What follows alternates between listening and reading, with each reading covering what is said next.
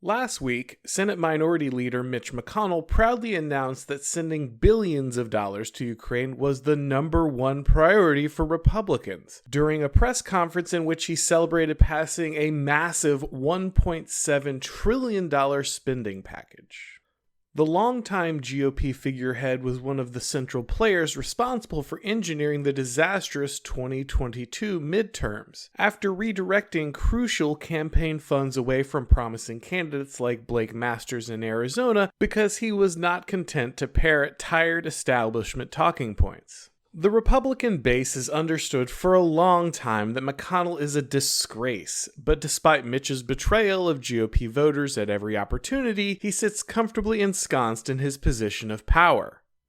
The Kentucky senator acts against the wishes and interests of conservatives on a regular basis without any fear of losing his seat or his leadership position. If popular sovereignty allows the people to hold leaders accountable, why is someone so reviled by his own base, so confident in the safety of his power? In his book Political Parties, Robert Michels explored the behavior of representative governments and why their voters seem to have a difficult time holding them accountable. The political theorist begins by making some observations that might seem obvious, but for some reason are quickly forgotten whenever the pundit class starts debating the motivations of political actors. According to Michels, no organization is ever ruled by the entire body of that organization. Be it a church, a bowling league, a business, or a political party, an organized minority of members always takes control of the institution. Even when the organizations are earnestly constructed on the principle of democratic input and accountability to the body of members, a central group of leaders always emerges who actually guides the actions of the organization.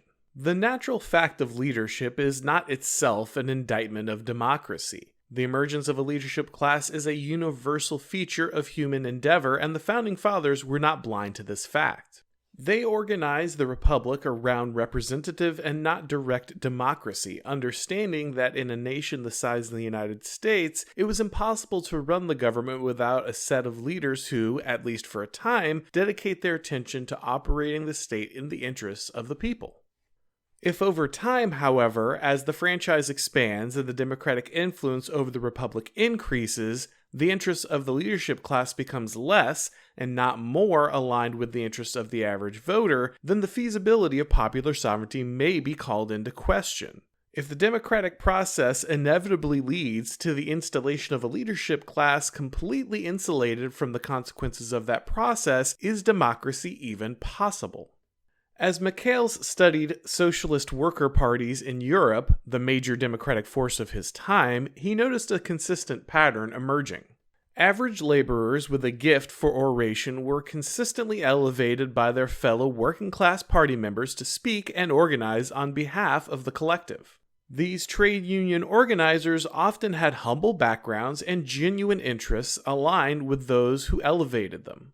As the organization becomes more complex and its management more demanding, these gifted individuals had to become specialists who devoted their time to the operation of the party and leave their previous lives as daily laborers. This change in vocation was their first break from the interests of the workers, but would be far from the last.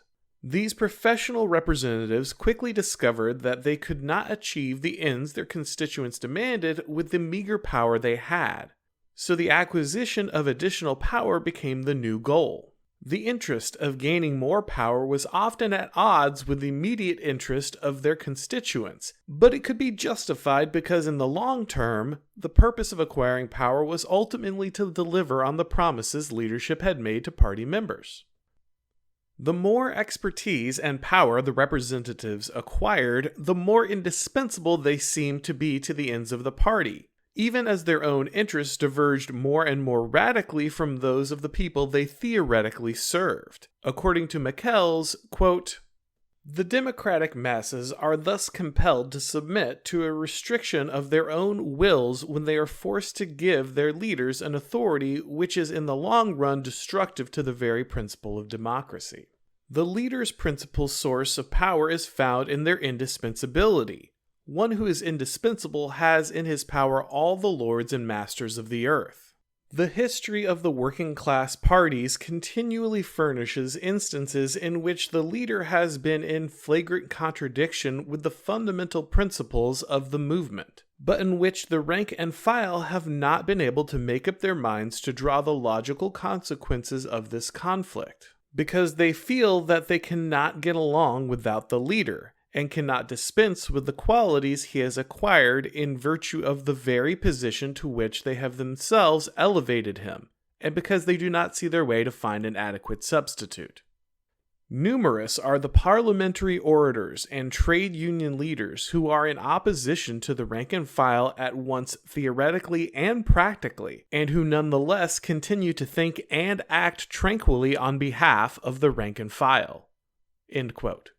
While it may feel odd for conservatives to relate to a European Workers' Party in the early 1900s, the description of how a leadership class separates from the interests of its voters should sound strikingly familiar. The situation for the Republican base is even more dire, as most of the base would be willing to replace McConnell, but the skill, power, and connections that he has acquired have made him all but invulnerable to the democratic process. Instead of making himself indispensable to the GOP base, he's made himself indispensable to his fellow Republican politicians, and more importantly, to the donor class that funds them. Mitch McConnell has insulated himself by prioritizing the needs of the oligarchical class that actually drives the agenda of the GOP over the needs of the voters that legitimate the Republicans through popular sovereignty. This phenomenon is not unique to Mitch McConnell, the GOP, or American politics, but is rather an inescapable fact of the human condition. That's why Michels sums up this natural tendency of social organization as the iron law of oligarchy. Democratic systems, just like all human governments, will ultimately be led by an elite class capable of more complex organization. The superior organization of that elite class will always allow it to insulate itself from the popular will of the average citizen in some way. Now, the social scientists did not see this as a reason to abandon the effort to reduce, as much as possible, the autocratic tendencies of human organization. But his observations instead stand as a warning about a critical aspect of all societies. Every nation will be run by a set of elites, and forgetting this truth allows the ruling class members to hide the truth about their power and their motivations. An elite will always emerge to lead in every civilization. The important questions are, do their interests align with the good of those they watch over? And can they be held accountable if the answer is no?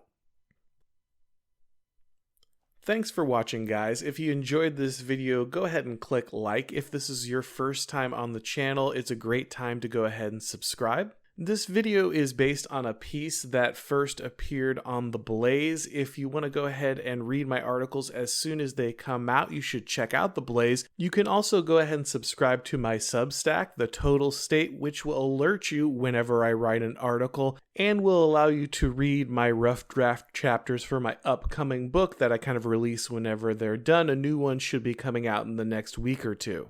You can go ahead and follow the links in the description if you want to subscribe. You'll also find links to things like my Twitter, my Rumble, my Odyssey, my Gab, all that kind of stuff if you want to follow me on those platforms. And there's also the links for Apple, Spotify. You can get this as a podcast at any of the major podcasting platforms. And if you do subscribe to this as a podcast, I really appreciate the rating and the review. That really helps with all the algorithms and everything. Thanks for watching, guys. I hope everybody had a very Merry Christmas, and I hope you have a great New Year. And as always, I'll talk to you next time.